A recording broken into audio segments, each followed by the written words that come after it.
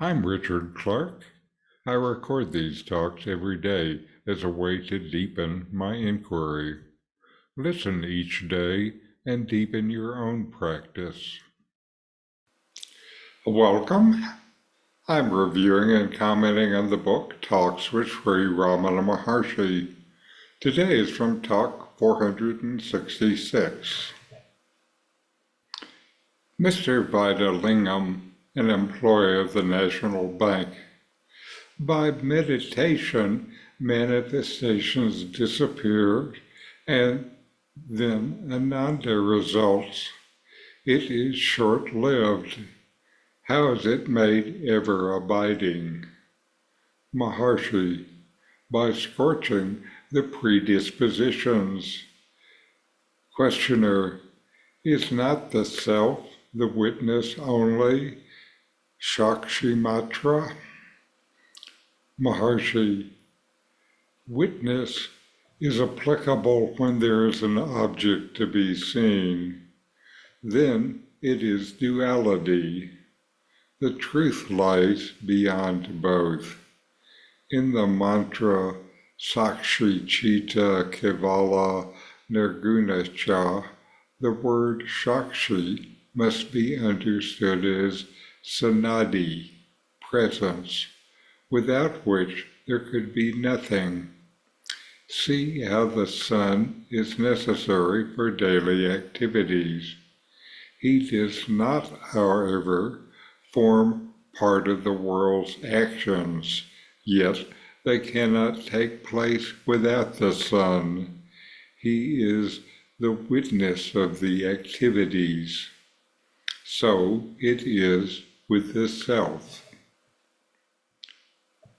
In this dialogue, Mr. Advaita asked Sri Ramana Maharshi about the nature of Ananda, bliss, and how it can become permanent rather than temporary.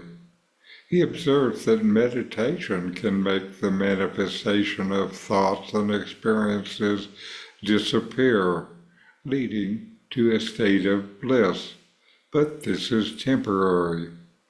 He wants to know how this bliss can be made ever abiding. Ramana responds by saying that the way to make Ananda ever abiding is by scorching the predispositions. This refers to the deep-rooted vasanas, tendencies, or samskaras that are the accumulated habits, thoughts, and desires that drive the mind. These tendencies are the seeds that lead to the manifestation of thoughts and the experience of duality. These tendencies are what stands between your first experience of the self and permanent realization. As long as these seeds exist, the mind will continue to rise, searching again for happiness, renewing the cycle of temporary happiness and subsequent suffering.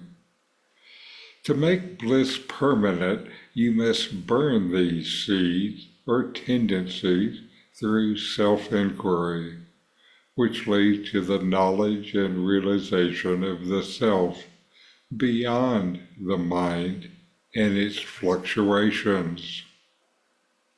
The tendency combines two mental ideas that are just not true. The first is a misidentification, placing your identity onto something that it is not, like identifying yourself as a body. The second part is an erroneous idea about the source of happiness, seeking lasting happiness from a changing world.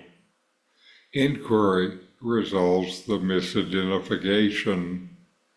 Investigation of happiness and the discovery that the source of lasting happiness is within resolves the wrong idea of where happiness comes from.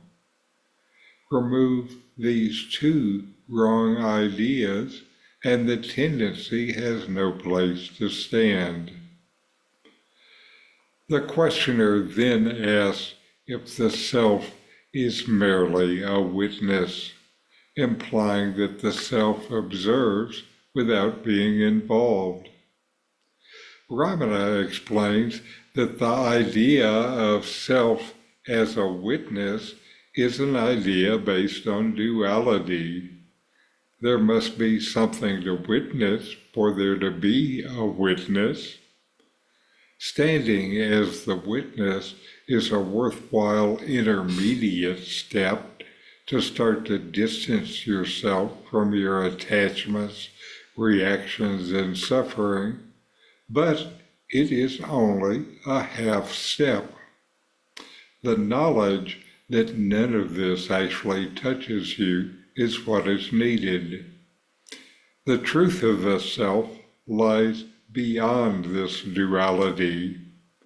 The self is not just a witness in the usual sense, it is the underlying presence in which everything exists. Without the self, nothing is known or experienced. Just as the sun is necessary for all activities on earth, even though it does not directly partake in those activities. Ramana uses the analogy of the sun to clarify this point.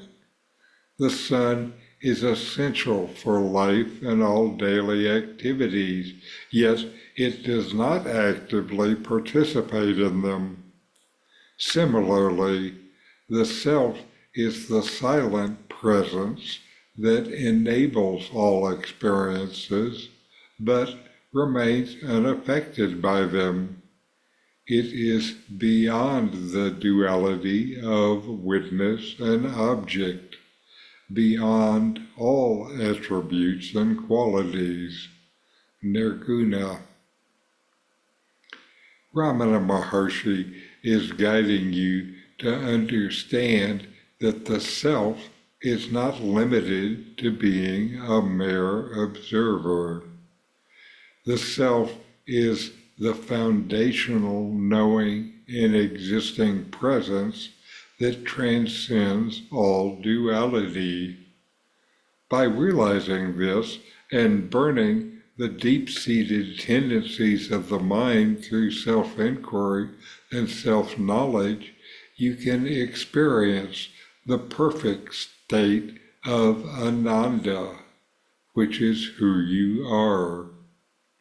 So, know yourself and be always free and at peace.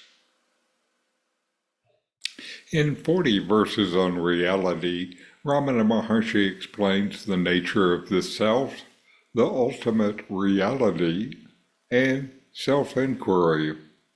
My new book, with my comments and inquiry questions, opens these teachings up and brings them into your practice and experience.